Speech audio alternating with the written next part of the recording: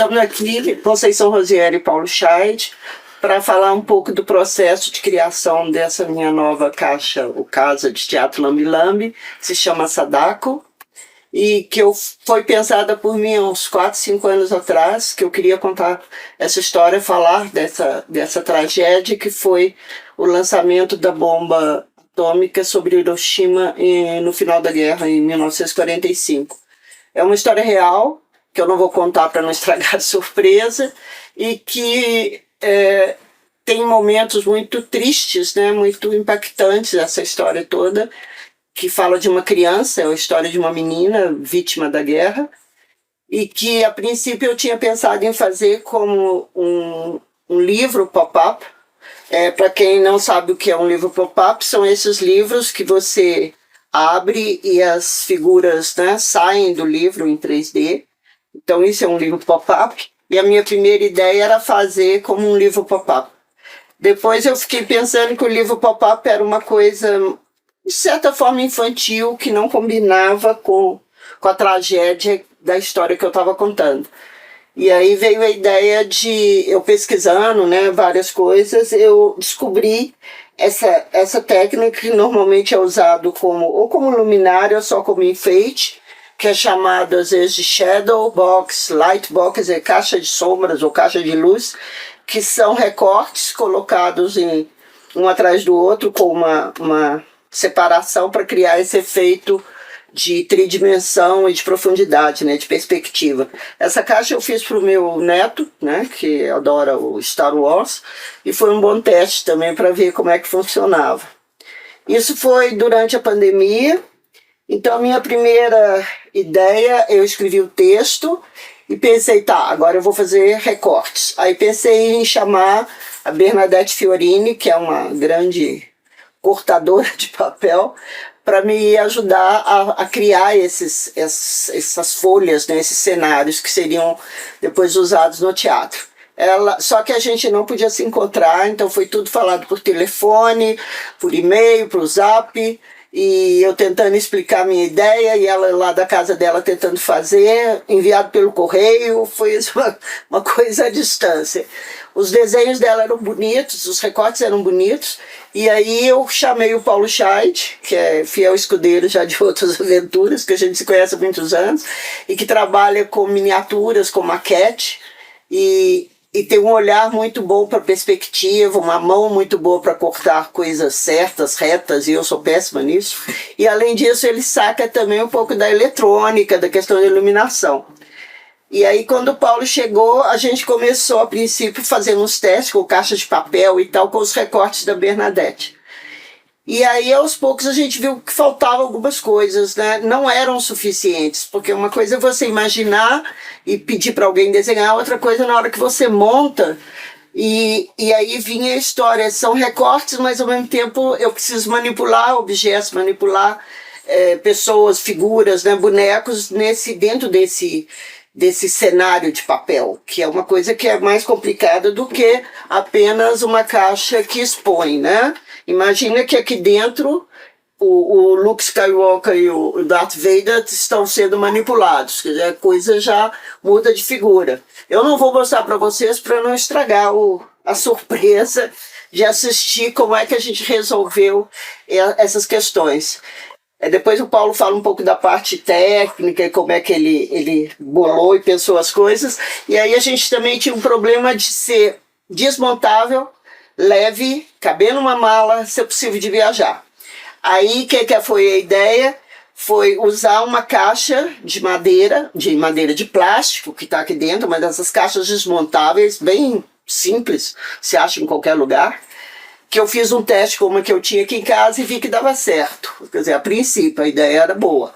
Aí comprei pela internet uma caixa, sem ter a mínima ideia se ia dar certo mesmo, e aí testamos e vimos que realmente funcionava, mas precisava ser escondida, afinal de contas é uma caixa de plástico, né, horrorosa. E aí veio a ideia de ser, aí eu já tinha essa ideia de ser uma estante de livros. E comecei a pensar que tipo de livros eu iria colocar nessa estante para esconder, né, toda a técnica que está por trás. A princípio eu pensei em livros de guerra, Depois abandonei a ideia porque 90% dos livros que falam sobre a guerra são americanos, então de certa forma você está tomando um partido, né? Você está divulgando apenas um lado da moeda. Depois pensei em livros que fossem de escritores famosos de cada país, mas também abandonei a ideia porque nem sempre o escritor famoso de um país representa aquele país para os moradores, né, para os habitantes daquele país. Aí, bom, terceira ideia, mini livros. Tá, mini livros. Mas aí veio um problema, porque você vai olhar para assistir o espetáculo por essa abertura aqui. E se eu tivesse mini livros, essa proporção ia ficar muito esquisita. Você teria um buraco gigante, porque os mini livros eram coisicas desse tamanhozinho. Então também não ia funcionar. Aí voltei para a ideia dos livros maiores, aí finalmente fechei fazendo livros com nomes de bonequeiros famosos do mundo inteiro e que, de certa forma, eu admiro, fizeram parte da minha formação artística, são referências, e aí eu coloquei os nomes. E aí veio a ideia também, como eu falo de uma guerra e falo de um país, né, do Japão, de já criar uma certa ambientação dessa história, mostrando cenas da cultura japonesa. Então nós temos 2 dioramas que mostram a parte externa, são lojas, são restaurantes, tem comidinha nas mesas, são iluminados. A gente não iluminou agora porque no vídeo realmente não vai aparecer. E aqui uma sala de uma casa japonesa, né? Com chinelinhos, com as comidinhas, com a estante, com todos os elementos, para mostrar a delicadeza de uma construção e como uma guerra simplesmente derruba tudo, acaba com tudo. Eu já tinha essas bonequinhas japonesas já de outros carnavais e ganhei essa obra de arte do Willy, que me deu aqui em Belo Horizonte, o Willy de Carvalho, que depois vocês vão entender por que ela está aqui. Ela tem a ver com a história que eu conto. E também eu tive a ideia de botar isso. Primeiro eu tinha escondido a caixa com pano preto e tal, mas não estava muito feliz com a solução. Aí eu resolvi arriscar e comprei essa barraca, que é uma barraca de camping, de tomar banho, trocar de roupa, que funciona perfeitamente, porque eu fico lá dentro, eu me escondo, vocês não me veem. Toda a parte técnica está fechada. Vocês, quem está assistindo, só vai ver a estante de livros e poder assistir olhando pela abertura própria para isso.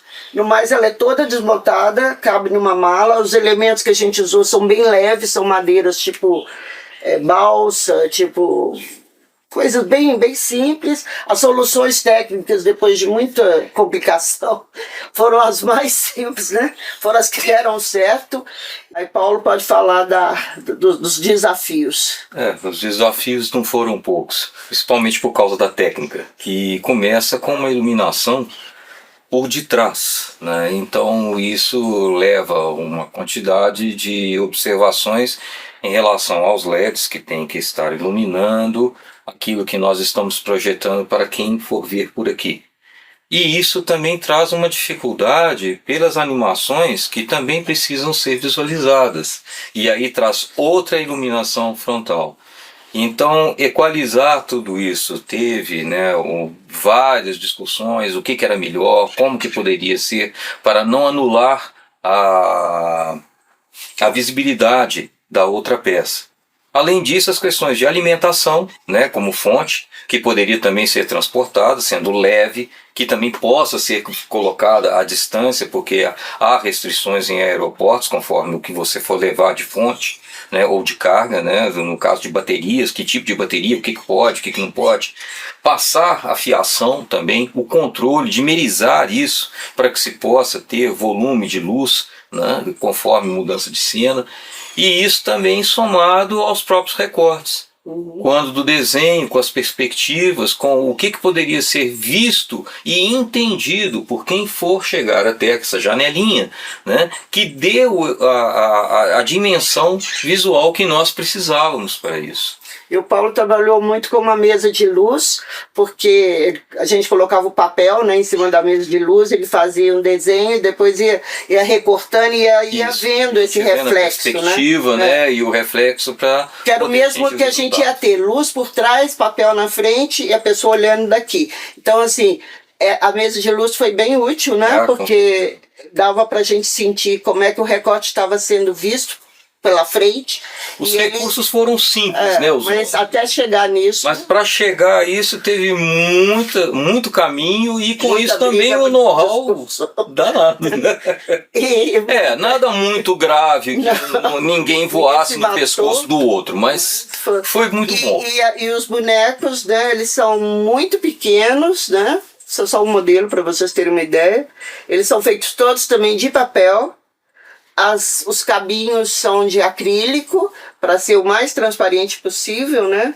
Aí vem as soluções que bonequeiro às vezes acha, isso é um tapa-ouvido, porque ele tem a vantagem de ser flexível, né? Ele amassa e ao mesmo tempo me dá uma pega, porque segurar só nesse acrílico para movimentar não te dá controle do movimento. Isso eu tinha em casa, de visitas a lugares que precisava tampar o ouvido pelo barulho, e guardei já pensando em usar em alguma coisa, e funcionou perfeitamente para a caixa. E assim como outras soluções que a gente acabou descobrindo, de como prender, né, toda essa parte que está aqui na frente, ela pode ser retirada, né, ela sai, então você tem como tirar as peças para transportar, tanto os dioramas saem daqui. Eles são presos de uma forma muito simples, com grampo de pasta de arquivo. E então tudo isso aqui sai para ser transportado separadamente. Aqui a mesa é uma mesa de tubo de silicone, ou de silicone de PVC, né, que são encaixados, estão também desmontável. Essa tenda tem uma vantagem que ela abre. Então, eu consigo, depois que eu termino a cena, eu consigo falar com a pessoa que acabou de assistir, que eu abro ela tem 2 fechos, né? O zíper para fora e de dentro também tem um zíper. Então, é um diorama? Pode tirar um para a gente mostrar. Só buscar a parte de iluminação. Aqui, ó, tá vendo? O diorama, né? Ele foi montado e depois a gente montou dentro de uma caixa de acrílico para proteger, para não quebrar nada, porque as peças são muito pequenininhas, né? Tem os plugs para ligar, para acender as luzes que estão dentro do cenário. E como vocês viram, ele se encaixa ali na estante. E pronto, a estante atrás aqui, ele tem isso aqui que eu falei, que eu prendi. Tudo isso aqui é preso com esses ganchinhos de pasta, né? Que você dobra, né? Você enfia me pega um aí na caixa. Você enfia né? Esse gancho comum, que você enfia o coisinha, né? Lá para dentro, e lá dentro você trava. Então, uma vez travado, ele fica firme, não cai, e é uma solução muito simples e muito prática, porque você não tem parafuso, porca, sei lá o que, para poder ficar torcendo durante horas, né? Então esses são os nossos dioramas. E dentro da caixa eu não quero mostrar para não acabar com a surpresa. Mas a fixação das peças também, imã, né? Essas peças que estão enfeitando aqui, eu usei imãs, né? Para poder também tirar elas e poder guardar separado, para não correr o risco de estragar. O Paulo escreveu os nomes que eu fui selecionando nos livros que eu tinha confeccionado, com vários materiais. Tem isopor, tem plástico, tem, sei lá, tem mulungu, tem só materiais bem leves para não pesar. Na realidade, tudo isso cabe numa mala e pesa em torno de 15 quilos. Não chega nem a 20 quilos, tudo junto, colocado numa mala de viagem normal. Ou seja, passa. Né? Vai com bagagem normal, não precisa de nada especial. O que mais que a gente podia contar? Bom, Sadako Sasako é o nome da minha... Sasaki Sadako. Na realidade, esse é o primeiro nome, né? Se fosse na nossa forma de escrever o nome das pessoas, ela se chama Sadako, sobrenome Sasaki. que é o nome da menina, que está homenageada na Praça da Paz em Hiroshima. Existe um monumento a ela.